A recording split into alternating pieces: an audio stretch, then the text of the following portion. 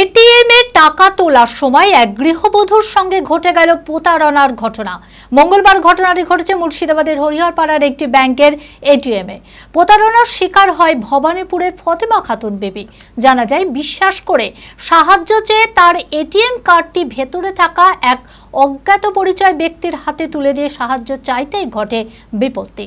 এই ঘটনায় বেশ চাঞ্চল্য ছড়িয়েছে হরিহরপাড়া বাজার এলাকায়। হরিহরপাড়া থানায় লিখিত অভিযোগের ভিত্তিতে ইতিমধ্যেই ঘটনা তদন্ত শুরু করেছে পুলিশ। মানসিক স্বাস্থ্যের জন্য সবার আগে যে নামটি মনে ভেসে ওঠে, সুস্থ মনের ঠিকানা মনোবীক্ষণ।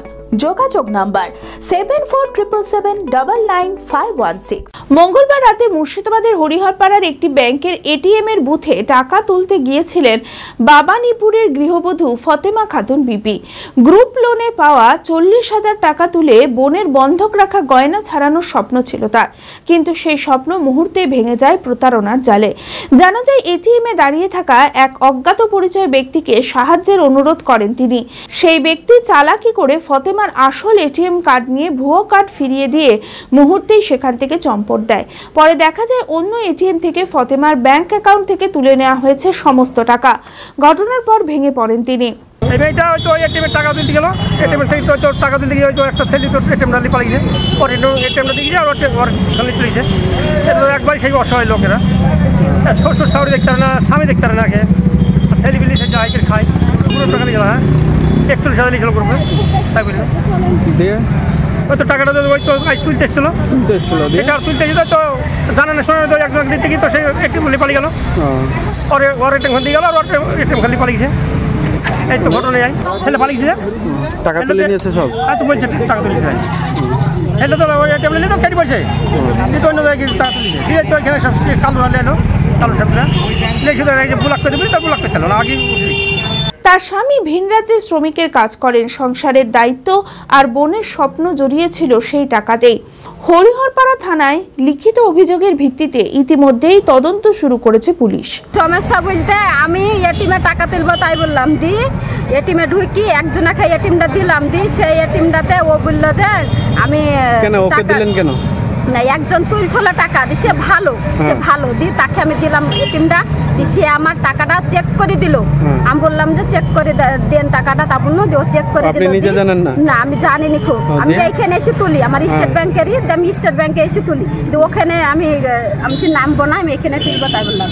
তারপর ননদ বাবা বললে যে ওখানে তুলবো তাই দিয়ে ওর কাছ থেকে এটিএমটা, ওই যে ছেলেটা এটিএমটা নিয়ে চলে গেছে, সেই ছেলেটা এটিএমটাতে এটিএমে ভরছে, বলছে যে কাগজটা উঠা, তাহলে এটিএমটাতে টাকা উঠছে না, তাই বললো।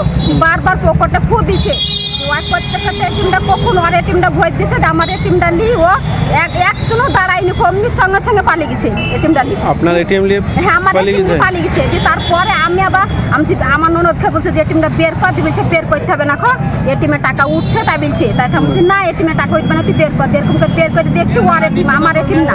হ্যাঁ, এটিএম বন্ধ করার জন্য ব্যাংকে এসেছিলাম। তার আগে কি টাকা তুলে নিয়েছে? তার আগে তো টাকা তুলে নিয়েছে। কত টাকা তুলেছে? আমার এটিএমে ছিল 39,000। কত টাকা? আমার এটিএমে ছিল 40,000-এ 25 টাকা কম, 40,000। আচ্ছা, দিয়ে কত টাকা তুলে নিয়েছে ও? সবই তুলে নিয়েছে, সব টাকা তুলে নিয়েছে। হ্যাঁ, সব টাকা তুলে নিয়েছে, কিছুই পাইনি। আমার এই অ্যাকাউন্টে যা ছিল সব তুলে। ওকে চিনেন? আমি ওকে চিনতে পারবো, আমি দেখলে চিনতে পারবো। হরিহরপাড়া থেকে রাকিবুল ইসলামের রিপোর্ট, TV24 বাংলা। গত 2 বছরের সাফল্যের পর তৃতীয় বছরে পথ চলা জেড একাডেমির 2025-26 শিক্ষাবর্ষে ভর্তি চলিতেছে। আমাদের সুবিধা ডিজিটাল ক্লাসরুম, 24 আওয়ার্স সিসিটিভি, ছেলে ও মেয়েদের পৃথক ক্লাসরুম ও হোস্টেল, নিয়মিত DPP, problem solving and doubt clearing class, কলকাতার অভিজ্ঞ শিক্ষক মণ্ডলী, স্বাস্থ্যসম্মত রুচিশীল খাবার, নিট বেসিস পড়াশোনা, কালচারাল অ্যাক্টিভিটি, গেস্ট টিচার দ্বারা মোটিভেশন ক্লাস, সবুজে ঘেরা পরিবেশে 24 ঘন্টা বিশুদ্ধ জল ও বিদ্যুৎ পরিষেবা। একাদশ শ্রেণীতে ভর্তির অ্যাডমিশন টেস্ট আগামী 9 মার্চ 2025। 2026-এর নিট ও জেইই পরীক্ষায় সফল হতে আজই আসুন। আমাদের ঠিকানা জেড একাডেমি, সারগাছি রামকৃষ্ণ মিশনের সন্নিকটে, বহরমপুর, মুর্শিদাবাদ।